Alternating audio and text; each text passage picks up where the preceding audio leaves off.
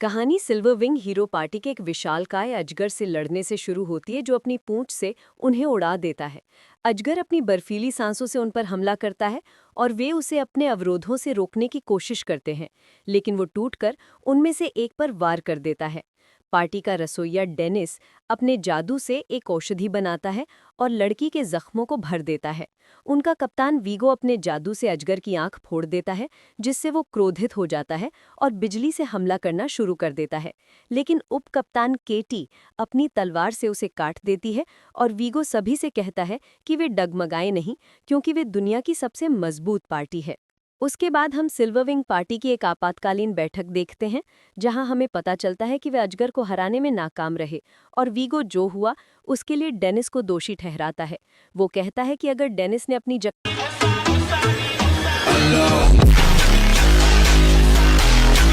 दूसरा dread voice कौशल dragon बच नहीं सकता था, लेकिन वो विगो को याद दिलाता है कि वो वही था जिसने उसे इसका उपयोग करने का आदेश दिया था।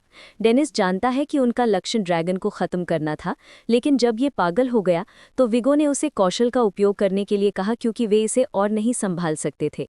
विगो का दावा है कि उसने डेनिस को ऐसा आदेश कभी नहीं दिया और सुझाव दिया कि वो किसी अन्य पार्टी का जासूस है जिसे उनकी प्रतिष्ठा को नष्ट करने के लिए भेजा गया था।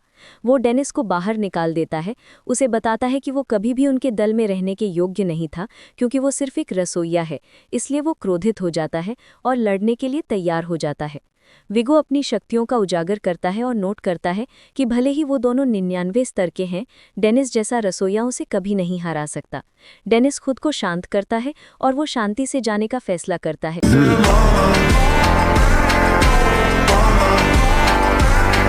उसके लिए उसे पकड़ लेता है और उसे खुश देखकर उसे एहसास होता है कि उसे अपने लिए महत्वपूर्ण चीज़ों को नहीं छोड़ना चाहिए। वो राजधानी छोड़ने का फैसला करता है और केटी उसे रोकने की कोशिश करती है, क्योंकि वो उनकी पार्टी के लिए एक बहुत बड़ी संपत्ति है। लेकिन वो उसे आश्वासन देता है कि कोई और उसकी जगह लेगा। वो बताती है कि जब से वो उनके साथ शामिल हुआ है, वे कालकोठरी में और आगे जा पाए हैं। यही वजह है कि लोग उन्हें सबसे मजबूत पार्टी कहते हैं। वो सोचती है कि वही कारण है कि उनकी पार्टी अच्छा कर रहे हैं, क्योंकि वो रियर गार्ड का समर्थन करता है, लेकिन अन्य सदस्यों को इसके बारे में कुछ नहीं पता है। वो अपना दिमाग खोने लगती है, क्योंकि वो जानती है कि वे उसके बिना जीवित नहीं रह सकते। इसलिए वो उसे रोकने की कोशिश करती है, लेकिन वो पहले ही अपना मन बना चुका है। वो उसे कहती है कि कम से कम जाने से पहले डिनर के लिए, और वो सोचती है कि वो क्या करने की योजना बना रहा है। इसलिए वो बताता है कि वो अपना खुद का रेस्टोरेंट खोलेगा। वो सोचता है कि वे दोनों कैसे साथ रहे, लेकिन विगो ईर्ष्या करता है, क्योंकि वो उसमें रुचि रखता है और वो उसे याद दिलाती है कि उसी ने उसे पार्टी में बुलाया था। वो चला जाता है और वो उसे उप कप्तान के रूप में रुकने का आदेश देती है, लेकिन वो उसे बस अपना ख्याल रखने के लिए कहता है। इसके बाद वो एक नए शहर जाता है, जहां उसे आइस बॉक्स नामक एक जादुई वस्तु देखकर आश्चर्य होता है और वो उसे खरीदने ही वाला होता है। लेकिन उसे याद आता है कि रेस्टोरेंट खोलने की गाइड बुक में लिखा था कि शुरुआती निवेश जितना हो सके कम रखना बुद्धिमानी है। इसलिए वो उस वस्तु को छोड़ने का फैसला करता है। वो किताब में लिखी हर सलाह का पालन करता है और अपनी ज़रूरत की हर चीज़ खरीदने के बाद बस एक सवर रखना बाकी रह जाता है।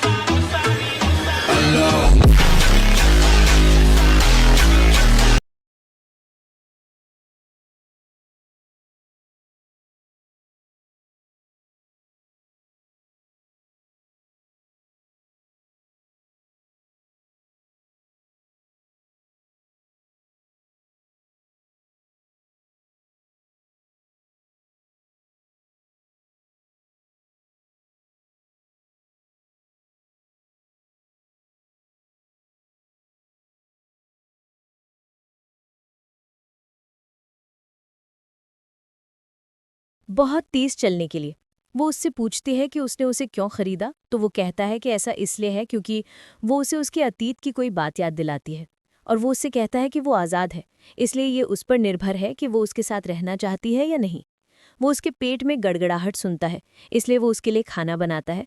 और जैसे ही वो एक निवाला खाती है, वो ये देखकर हैरान रह जाती है कि ये कितना स्वादिष्ट है। वो रोने लगती है और वो उन हालातों के बारे में सोचता है जिनसे वो गुजरी होगी, लेकिन वो उससे तब तक कुछ नहीं पूछेगा जब तक वो खुद उसे बताने के लिए तैयार ना हो जाए। वो सोचता है कि अगर कोई पूरी उम्मीद खो भी दे तो भी उसे खाना चाहिए। और वो उससे पूछता है कि क्या उसे खाना पसंद है, लेकिन वो देखता है कि उसका गला घुटने वाला है। अगले दिन वे मिलकर रेस्टोरेंट तैयार करते हैं और डेनिस अटीलिया से कहता है कि वो उनकी दुकान की पोस्टर गर्ल होगी।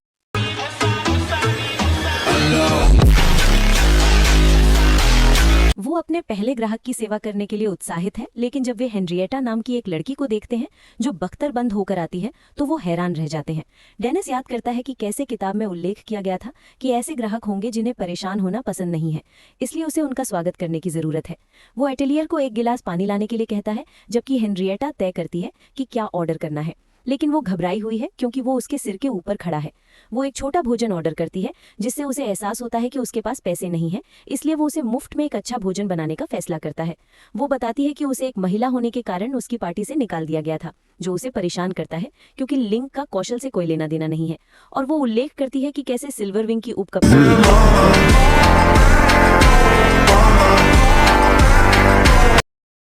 और जैसे ही वो एक निवाला खाती है, वो ये देखकर दंग रह जाती है कि ये कितना स्वादिष्ट है। वो तुरंत सब कुछ खत्म कर देती है और वो उसे नियमित ग्राहक बनने के लिए कहता है। इसलिए वो वादा करती है कि जब वो किसी पार्टी में शामिल होगी और पर्याप्त पैसे कमा लेगी तो वो फिर से आएगी।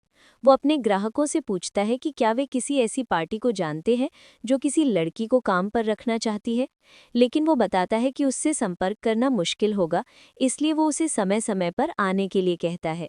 इसके बाद ग्राहक रेस्टोरेंट में आने लगते हैं और वे सभी खाने के स्वादिष्ट होने से प्रभावित होते हैं।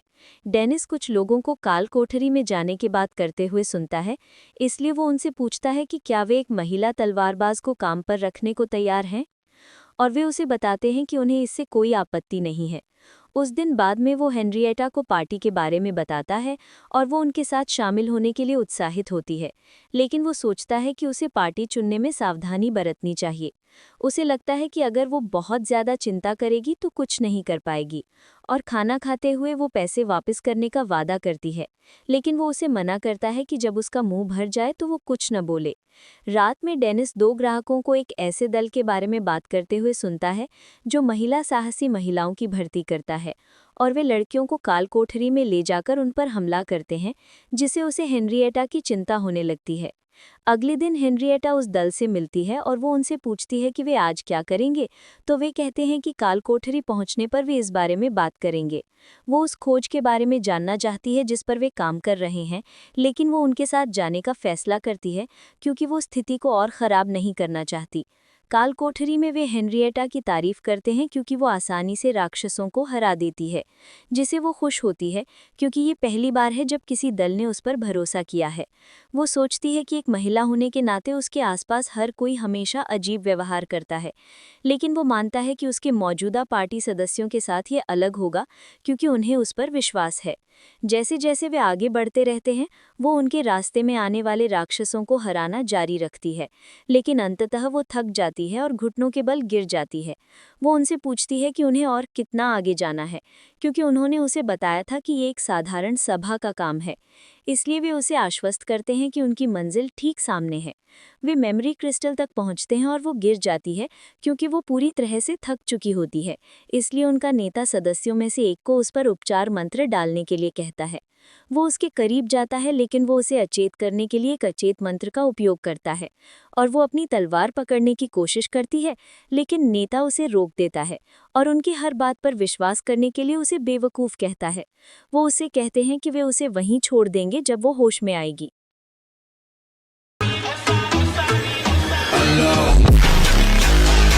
अचानक उनमें से एक को उड़ा देता है, लेकिन वे उसे पहचान नहीं पाते क्योंकि उसने अपना चेहरा ढका हुआ है और उन्हें लगता है कि वो कोई राक्षस होगा। उनमें से एक उसकी कमजोरी जानने के लिए जादू का इस्तेमाल करने की कोशिश करता है, लेकिन उसका स्तर बहुत ऊंचा होने के कारण ये काम नहीं करता और वो उनमें से एक को दीवार से टकराने पर मजबूर कर देता है। इसलिए सभी घबरा जाते हैं और वे भागने की कोशिश करते हैं, लेकिन वो उन पर चाकू से हमला कर देता है, जबकि हेनरिएटा को पता चलता है कि वो एक कुशल रसोइये की तरह चलता है। अगले दिन हेनरिएटा डेनिस को घटना के बारे में बताती है और वो कहती है कि वो बेहोश हो गई थी, इसलिए वो अपने उद्धारकर्ता का शुक्रिया अदा नहीं कर पाई। दल के सदस्य काल कोठरी के सामने बंधे हुए पाए गए और जब गिल्ड ने उनकी जांच की तो पता चला कि वो एक अपराधी दल थे। वो बताती है कि डेनिस कैसे सही था। जब उसने उसे सावधान रहने के लिए कहा तो वो पार्टी के बारे में पूरी जानकारी न देने के लिए खुद को दोषी मानता है और वो उसे बताती है कि ये उसकी गलती नहीं है। जब उसका पेट गरजना शुरू करता है तो वो शर्मिंदा हो जाती है, लेकिन उसके पास पैसे नहीं होते। इसलिए वो उसे जो चाहे खाने के लिए कहता है। वो सबसे महंगी चीज़ ऑर्डर करती है, लेकिन वो माफ़ी मांगती है और उसे सबसे सस्ता खाना देने के लिए कहती है। तो वो कहता है कि एक बार जब उसने कुछ ऑर्डर कर दिया है तो उसे खाना ही होगा। वो अटेलिये को भी रात का खाना खाने के लिए कहता है और 2 ग्राहक आते हैं, लेकिन वो उन्हें अपने लिए एक गिलास पानी लाने के लिए कहता है क्योंकि अटेलिया व्यस्त है। अटेलिया और हेनरिएटा अपने भोजन का आनंद ले रहे होते हैं। ग्राहक डेनिस से पूछते हैं कि उसने कल रेस्टोरेंट क्यों नहीं खोला, तो वो कहता है कि उसे कुछ ध्यान रखना था, जिससे हेनरिएटा को एहसास होता है कि उसी ने उसे बचाया था। अगले दिन हेनरिएटा डेनिस से पूछती है कि अगर वो एक साहसी व्यक्ति बनी रहना चाहती है तो क्या उसे लड़की होने का दिखावा करना चाहिए, लेकिन वो उसे बस वही करने के लिए कहता है जो वो चाहती है। वो अचानक दौड़कर आती है वापस, जहां वो अपना कवच उतार देती है और सामान्य कपड़े पहन लेती है, क्योंकि उसे एहसास होता है कि वो इस बात को लेकर बहुत चिंतित है कि दूसरे क्या सोचेंगे। वो डेनिस से कहती है कि उसकी बातें उसे बहुत अच्छी लगी, लेकिन वो बताता है कि वो वहाँ हर खाना मुफ्त में खा रही है, इसलिए वो उससे पूछता है कि क्या वो कोई नई पार्टी ढूंढ रही है। वो देखती है कि चीज़ें ठीक नहीं चल रही हैं, इसलिए वो उसे जल्दी से कोई नई नौकरी ढूंढने के लिए कहता है ताकि वो अपना बिल चुका सके, और वो ये देखकर हैरान है कि वो उसके खाने पीने का हिसाब रख रहा है। विन नाम का एक लड़का रेस्टोरेंट में आता है, लेकिन उसे यह तय करने में मुश्किल होती है कि क्या खाए। वो उसकी मदद करने की कोशिश करते हैं, लेकिन वो उनके सभी सुझावों को ठुकरा देता है, जिससे डेनिस नाराज़ हो जाता है। अटेलियर उसे फ्राइड राइस ऑर्डर करने के लिए कहता है, इसलिए वो उसके सुझाव को मानने का फैसला करता है, और जैसे ही एक निवाला खाते ही वो इसके स्वाद से हैरान रह जाता है। डेनिस उससे पूछता है कि क्या हुआ, क्योंकि उसे लगता है कि विन किसी ऐसे व्यक्ति की तलाश में है जो उसकी बात सुन सके। इसलिए वो बताता है कि उसके आसपास सभी का स्तर 99 बहुत कम है। वो इस बात से नाराज है कि हर कोई बस अपने मिशन पूरे करने के बारे में सोचता है और उनके पास अपनी पार्टी को बढ़ाने की कोई प्रेरणा नहीं है।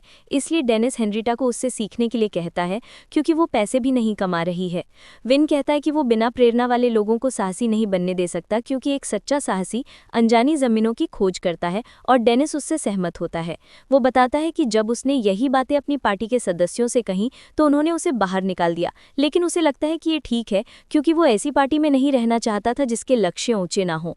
वो बताता है कि वो सिल्वर विंग में शामिल होकर उनका सबसे बड़ा जादूगर बनने की योजना बना रहा है, लेकिन डेनिस उसे कहता है कि वो अकेला ना रह जाए, क्योंकि साहसी लोगों के लिए पार्टियां महत्वपूर्ण होती हैं। इसलिए वो कहता है कि अगर उसे ऐसे लोग मिल जाएं जो उसके साथ रह सकें तो वो किसी पार्टी में शामिल हो जाएगा, और वो अपने खाने का खर्च खुद उठाता है और डेनिस को बताता है कि उसे खाना पसंद आया है कि वो इलाके की सबसे मजबूत टीम में शामिल हो गया है, जिसे नाइट मिस्ट ट्रूप के नाम से जाना जाता है। डेनिस सोचता है कि क्या उनके स्तर मेल खाते हैं, और विन कहता है कि इससे कोई फर्क नहीं पड़ता, क्योंकि उसके पास कई उन्नत कौशल हैं, इसलिए उसे बस उन्हें अभ्यास में लाना है। वो सोचता है कि अगर वो सिल्वर विंग का सदस्य बन जाए तो क्या उसे कोई अच्छा नाम मिलेगा, और डेनिस सोचता है कि भले ही विन अपने आप में मगन रहता है, लेकिन उसका बेहतर होना कोई बुरी बात नहीं है। इसलिए उसका मानना है कि अगर कोई टीम उसे अच्छी तरह प्रशिक्षित करती है तो वो भविष्य में एक मजबूत साहसी बन जाएगा। विन बताता है कि वो एक खोज के लिए 5वीं मंजिल पर जाएगा, इसलिए डेनिस अपने आंकड़े जांचने के लिए खोज जादू का इस्तेमाल करता है, और उसे पता चलता है कि उसका स्तर 17 है, जो 5वीं मंजिल पर जाने के लिए बहुत कम है।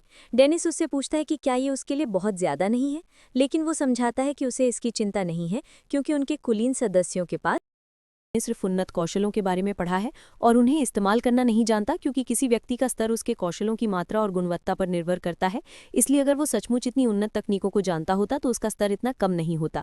डेनिस उसे 5वीं मंजिल पर न जाने की चेतावनी देता रहता है, लेकिन विन उसे बताता है कि उसे नहीं पता कि एडवेंचर की दुनिया कैसे काम करती है, क्योंकि वो कभी कालकोठरी में नहीं गया। उसके बाद डेनिस और नतालिया रेस्टोरेंट के लिए सामान खरीदने जाते हैं, और वो अभी भी विन के बारे में चिंतित है, लेकिन वो जानता है कि विन को व्यक्तिगत जिम्मेदारी सीखनी होगी। वो 2 लोगों को ये बात करते हुए सुनता है कि कैसे उन्होंने विन को 5वीं मंजिल पर छोड़ दिया था, ये देखने के लिए कि क्या वो जिंदा वापस आ सकता है। इसलिए डेनिस उन्हें पकड़ लेता है और उनकी पिटाई कर देता है। इस बीच विन राक्षसों के एक समूह से भाग रहा होता है, लेकिन उसका पैर एक बेल में फंसा हुआ। वो उसे तोड़ने के लिए अपने जादू का इस्तेमाल करने की कोशिश करता है, लेकिन उसका दिमाग खाली हो जाता है। उसे समझ नहीं आता कि उसे कुछ भी याद क्यों नहीं आ रहा, और वो कल्पना करने लगता है कि अगर राक्षस उसे ढूंढ लेते हैं तो उसके साथ क्या होगा, इसलिए वो घबरा जाता है। लेकिन सिंथिया नाम की एक लड़की उसे बचाने के लिए अपने जादू का इस्तेमाल करती है, और वो उसकी मदद के लिए उसे धन्यवाद देता है, लेकिन वो उसे कहती है कि ज़्यादा आराम न करे, क्योंकि उन्हें अभी भी भागने का रास्ता ढूंढना है। वो उसे पूछता है कि क्या वो रास्ता भटक गई थी और वहाँ पहुँच गई, लेकिन वो बताती है कि उसकी टोली भी उसे पीछे छोड़ गई है और वो बताती है कि वो हमेशा दूसरों के लिए समस्याएं खड़ी करती है क्योंकि वो किसी भी चीज़ में अच्छी नहीं है। इसलिए वो सोचती है कि वो त्याग दिए जाने के लायक है, लेकिन वो शर्मिंदा है क्योंकि वो जानती है कि उसका इससे कोई लेना देना नहीं है।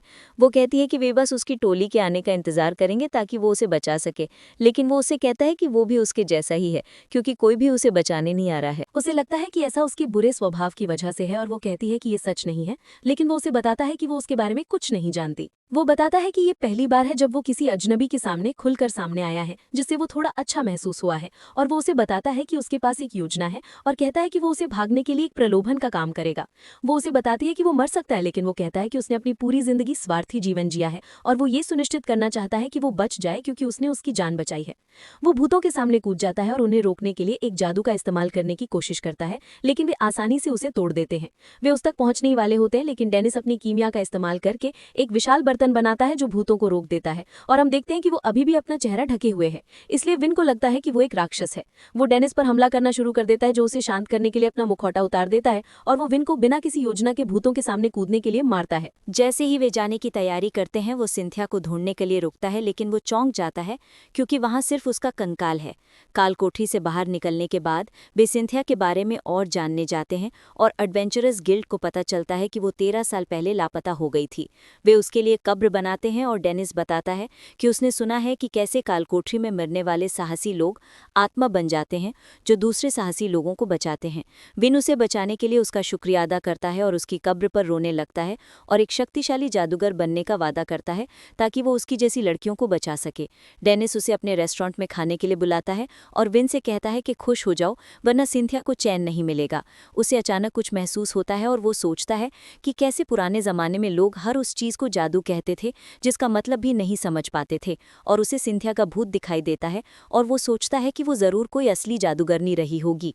खुला होगा, लेकिन वो निराश है क्योंकि वे उसके ठीक सामने बंद हो रहे हैं और वो जाने की तैयारी करती है, लेकिन अटेलियर उसे अंदर बुलाता है और डेनिस से उसे परोसने के लिए कहता है, जिससे वे हैरान हो जाते हैं क्योंकि वो कभी कुछ नहीं मांगती। रेचल जैसे ही अपना ऑर्डर देती है, वो देखती है कि बाकी सभी लोग एक दूसरे से कितनी खुलकर बातें कर रहे हैं, जिससे उसे याद आता है कि वो अपनी ज्यादातर छुट्टियां बिस्तर पर कैसे बिताती है। इसलिए वो सोचती है कि क्या उसे भी दोस्त बनाने की कोशिश करनी चाहिए।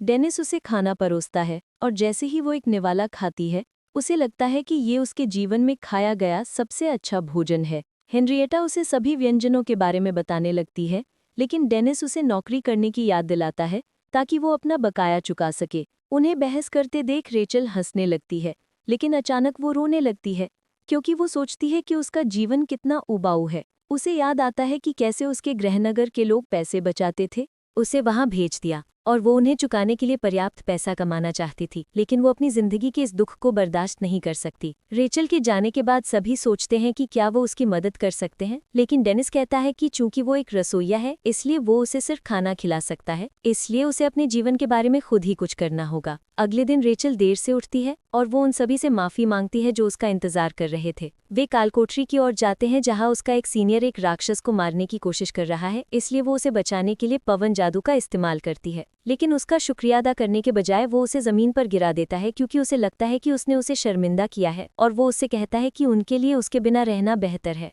इसके बाद विन और हेनरिएटा रेचल को शहर में घूमते हुए देखते हैं और वे उसका पीछा करने का फैसला करते हैं, लेकिन वो एक मीनार पर पहुंच जाती है जिससे उन्हें एहसास होता है कि वो अपनी जान लेने की योजना बना रही है। वो कूद जाती है क्योंकि उसे लगता है कि अब जीने के लिए कुछ नहीं बचा है, लेकिन हेनरिएटा उसके पीछे कूद जाती है जबकि विन उनके उतरने में सहायता के लिए एक जादुई हथेली बुलाता है।